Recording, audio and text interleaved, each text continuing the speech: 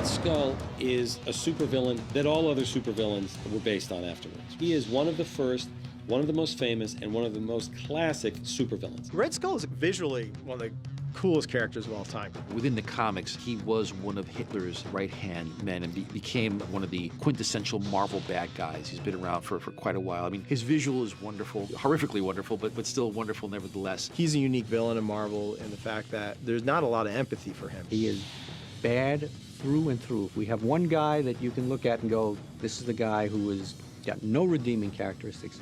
It's the Red Skull. He is bent on world domination.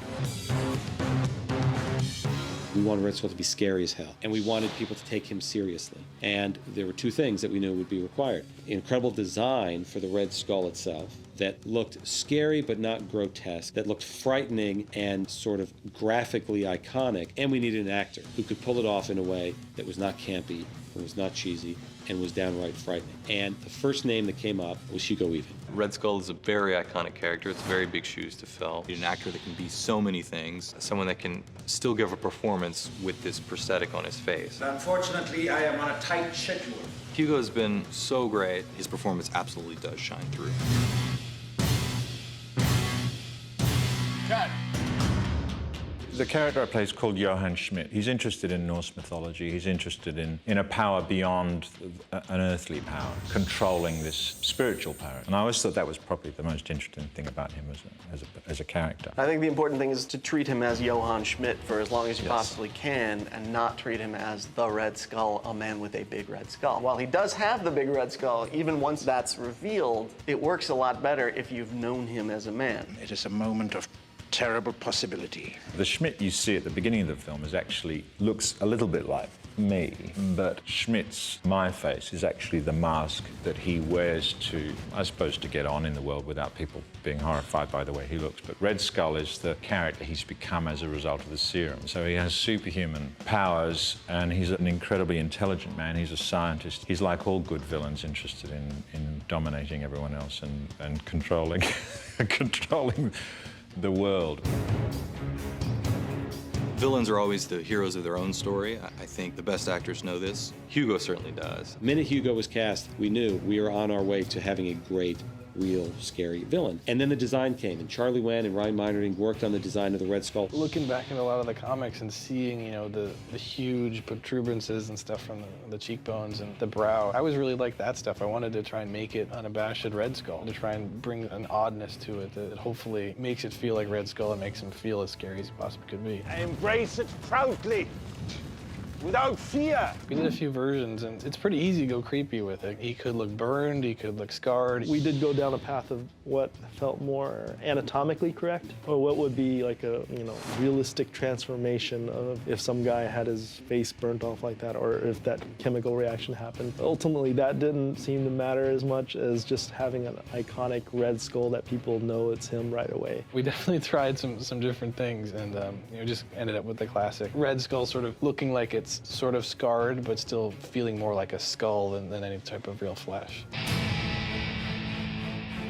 The makeup was a process, and David White, who is one of the best makeup artists I've ever come to know, did a spectacular job. Once we had Hugo Weaving, it was a question of getting his face and starting the sculpt and finding out what we can get out of it, but keep it Hugo, but give it something a little extra. If it's going to be my face that's the mask, obviously the Red Skull face needs to somehow seem to be able to fit underneath my face. So David's natural instinct was to not be too extreme with the Red Skull mask. I kind of work very closely with actors generally. I kind of keep the prosthetic as tight to their skin as possible, so it kind of retains all their character. We did a test. The initial test was really successful. It was like, yeah, that's really good. Let's go with it. It looks fantastic, but the hard thing about it is because it takes 3.5 hours to 4 hours to put on, I didn't have a lot of time to play with it, and it's kind of palaver to get into it. It was a matter of just saying to Joe on the first day, well, look, anything's not working, you know. So we just had to sort of say, well, that doesn't, and slowly get used to just relaxing within it. I thought I would have to actually work the mask more than I do. There was a battle with materials on this one because we wanted to make it practical, but it had to kind of be slightly off-worldly in a way. So we used silicone. It's an unusual material for this kind of makeup because you can't kind of figure out what it is. Generally, people used to use a lot of foam latex, but it's definitely not foam. And it's just something else, and it works really well for Red Skull because it has this luminosity to it. You put him near a light, and it kind of has this glow, a slight glow to it, like some sort of lava lamp, which is kind of nice and really unusual. The prosthetic is in 7 pieces. Everything's broken up into different sections, which is why it takes 3.5 hours to stick on.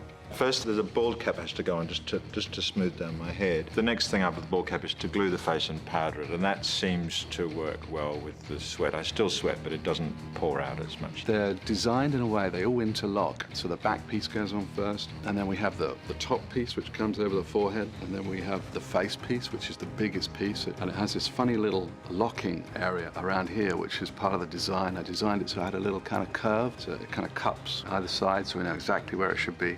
And that all goes on 2 separate ears, separate nose, separate chin, set of dentures. Done all sorts of tests with teeth, with pulling my lip down, with top and bottom teeth. The deal is that the piece is incredibly thin around here. All this area is really wafer thin, which means that you don't really have to upscale teeth and things. It's all Hugo's. But we did kind of have a bottom set. You know, we're using a bottom set. Initially, we tried things with hooks, pulling down corners of the mouth and things like that. But it got in the way of the performance. But the bottom set of dentures he uses gives them a little bit of kind of a mean sort of bite. Around here is absolutely fantastic. It's quite chiseled in here. The cheekbones are quite extreme and the brow's quite extreme. But the eyes and the mouth and what's there gives me a lot of expression and subtlety in expression, which is great. To suffer the slings and arrows of outrageous fortune, or to take arms against the sea of troubles and by opposing end them, or whatever. Okay. It's got to have the gumption, it's got to have the guts of a comic book feel, but not to the point that it's ridiculous. It's a very delicate balance. And also, Joe was very particular that it wasn't too visceral and too kind of real in a gruesome way. So it has to have this kind of larger-than-life kind of image. It's literally like a Chevy. It's a very organic but beautiful kind of shapes you get in different lights. David did a spectacular job, so good. The combination of that makeup and Hugo's performance meant we enhanced it much less than we were planning. Most of that is Hugo and is the makeup, because that performance and even the way Hugo can make his eyebrow arch slightly is incredible.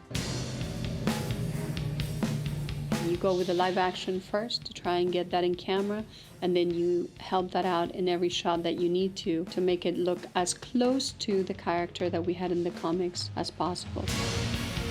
After we got some of the performance, we realized that the shape needed to be a little more gaunted. Hugo, when he turns his head, he gets a little bit of the leftover of the skin from the side, from the prosthetic itself, because clearly he's got his own neck and then the prosthetic on top of it.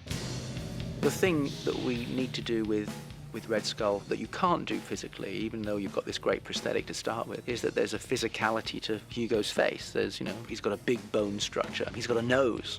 Well, Red Skull doesn't have a nose, so we have to immediately remove his nose and create a sort of what we're calling a negative nose space, which is our cavity, which is our sort of structure within the nose and seeing into the sort of the inside. So it's really just trying to gaunt him up and make him look a little bit more stylized than is possible with a physical prosthetic. Trying to sort of square up the chin and make it just look a little bit more rigid. It's all those kind of things that we're trying to do to enhance what's already there within the practical photography, but always maintaining the Hugo-ness and making sure that you never lose that, because otherwise there's not much point in having such a great actor as Hugo Weaving play your arch villain and not being able to use that. This is the sort of the Hugo Weaving version as he was on set, and this is what we've finally got as the Red Skull that will be appearing on screen. And as you can see, obviously he has no nose, which is the key feature, and he has this what we call this negative nose space. So that's actually a computer-generated model of his nose, or the cavity placed over where the nose would be. We've also thinned down the lower lip area, and if you sort of look in here, if we go through, you can see that now we've thinned out this part of the lip so it's not not nearly as fleshy. We've squared up the jaw. Hugo's got this gap between his teeth, so we've taken out the gap between his teeth. We've added a little bit more gaunting in the cheeks around here. We've darkened down the sockets in the eyes a little bit. Generally just tried to tighten him up. Wherever we see a crease in the prosthetic, we've removed that as well. You are failing! One of the most rewarding things about working with Hugo is just watching him put himself in the role so fully. You love him as much as you hate him, and Hugo then takes that way farther than you could ever write.